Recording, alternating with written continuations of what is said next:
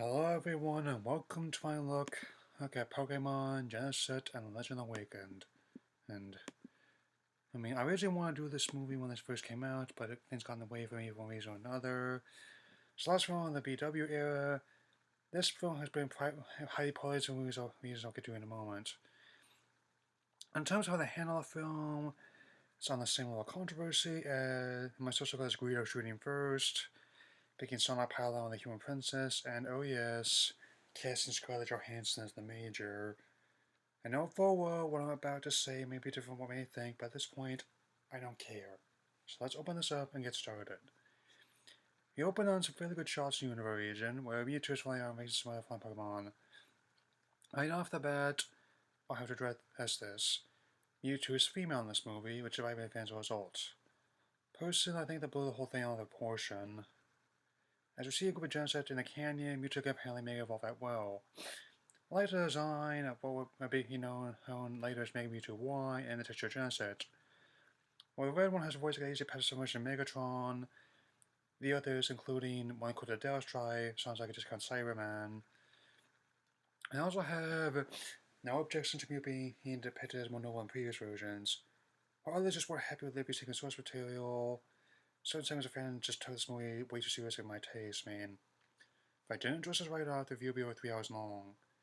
I'll mention that again when I have to, but I'll try to get this taste movie as well as extension of source material. Mewtwo then offers to help the Genesect to find their way back home, but the Genesect attacks Mewtwo in response. I must say, the animation in this movie is actually quite impressive, and overall represents a relatively nice film for the black and white films to go out on. Despite this film's infamy among fans, I actually didn't find it as bad as others said, and I'll tell you why in a moment. After the Water Pokemon segment, we see Ash, Iris, and Pikachu head towards a place called Pokemon Hills in New York City, furthering parallels between real life New York City and surrounding areas had on the Unova region and its influence. The credits roll towards the adventures of the Unova theme as one follows through a nature preserve, but we only do this movie for a long time, but this is another one I had to relight my notes right on the first draft on A-Wall. Pokemon Hill is also home to a sort of flower gardens containing ones around the world held in a hedge maze. As Ash runs through the maze, he catches up by a lake and begins to feel like one of the horror words about the future part 2, I actually like the exchange afterward. No combination line by the shore, though. I also don't have any real issue with Genesect being telepathic, since much like the game that inspired this picture, genetic engineering basically does whatever the writers and animators need it to. However, Genesect looks mournfully at some lily pads and says it wants to go home. The Genesect then ambushes Ash, which leads to a battle between them and Pikachu. The Red Genesect then overrides core host programming and has attacked them. At that moment, Mewtwo arrives and takes the attack. Ash also apparently still knows about Mewtwo, and even though this movie does take some creative license with its backstory as well as Genesect, I submit this isn't the worst Pokemon movie I've seen, and far the worst video game movie I've seen. It's definitely better than the Super Mario Bros. Movie making an Uwe Boll film. Of course, Team Rocket sees Mewtwo buzz by them, and they want to capture it and all the Genesect they can rule the world. Of course! As Pikachu and Ash go to the Pokemon Center, Nurse Joy and a man named Eric talk more about what they saw, and he tells them about Ray Lewis as a pattern flower. The Genesect start setting their plan in motion. In addition to construction workers, we see one girl starts like he's going to the beach, a boy just like he's going to play baseball. Reminds me of Eagle Line from Earthbound. Everyone then has to have hot dogs because that's what we eat in America, right? I kid, I love it when works do this sometimes. One that just attacks a Relegated and Silent helps into routes that got caught in a crossfire.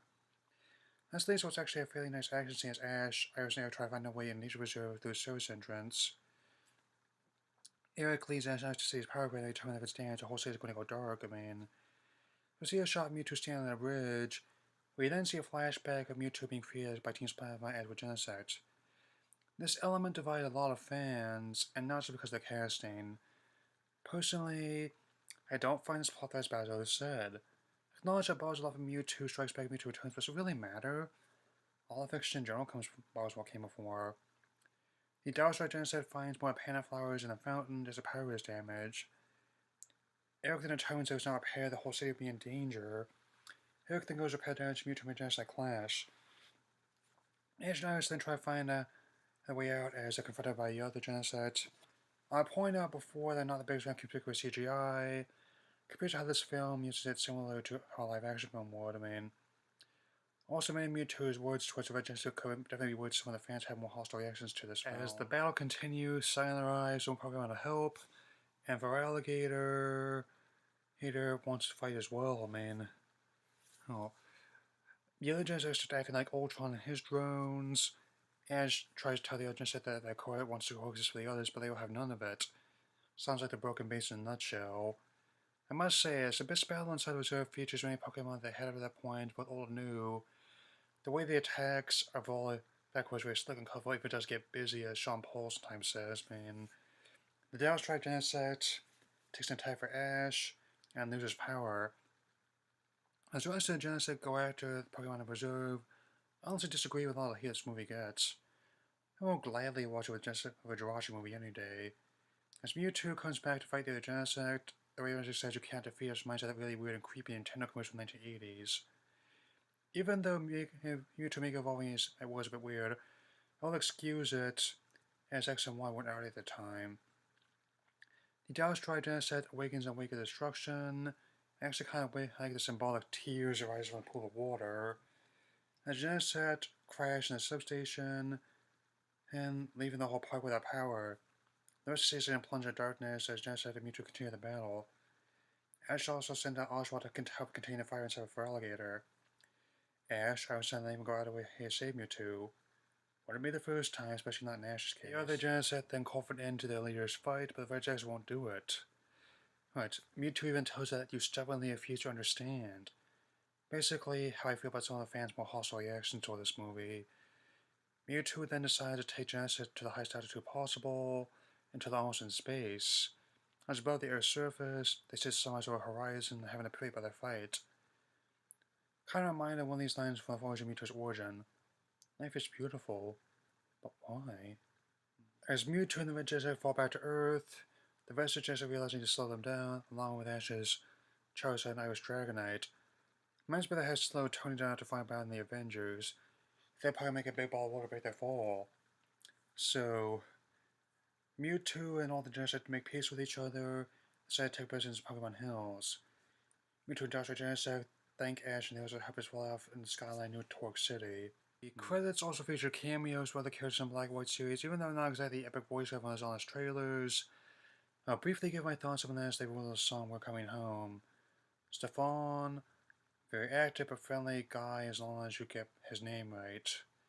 Georgia, much like my family's poodle, bit temperamental and very fussy.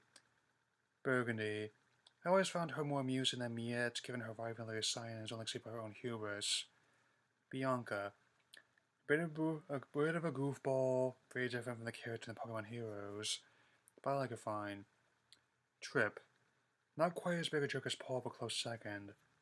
Cameron, isn't that cute? It thinks it's people. So, that's Pokemon Genesect and Legend Awakened. I know a lot of people did not like this movie before it did the characters, but I always thought their reactions were overblown. I know there may be elements taken from Pure Stories feature Volume 2, but in many ways, film often used what came before as influence. The Dark Knight, my favorite film, is definitely one that arguably will not exist without 1989 Batman. Many newer films of Superman definitely owe a lot to the 1978 film. Heck, I don't even know how his new Star Wars movie influenced much by the original trilogy. The Force Awakens being so similar to A New Hope is no different from how the saga itself was heavily influenced by Flash Gordon Zeroes and Jedi Geki films such as Hidden Fortress. The animation is also quite impressive, and to this day, I find the ideas implemented in Generation 5 unique. I don't share the feelings of the fans who put Mewtwo's voice actress on the defensive in this movie.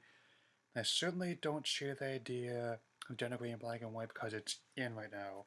So, forget the haters, I like this movie. At the end of the day, that's all that matters to me. I finally rated 3.5 stars out of 4.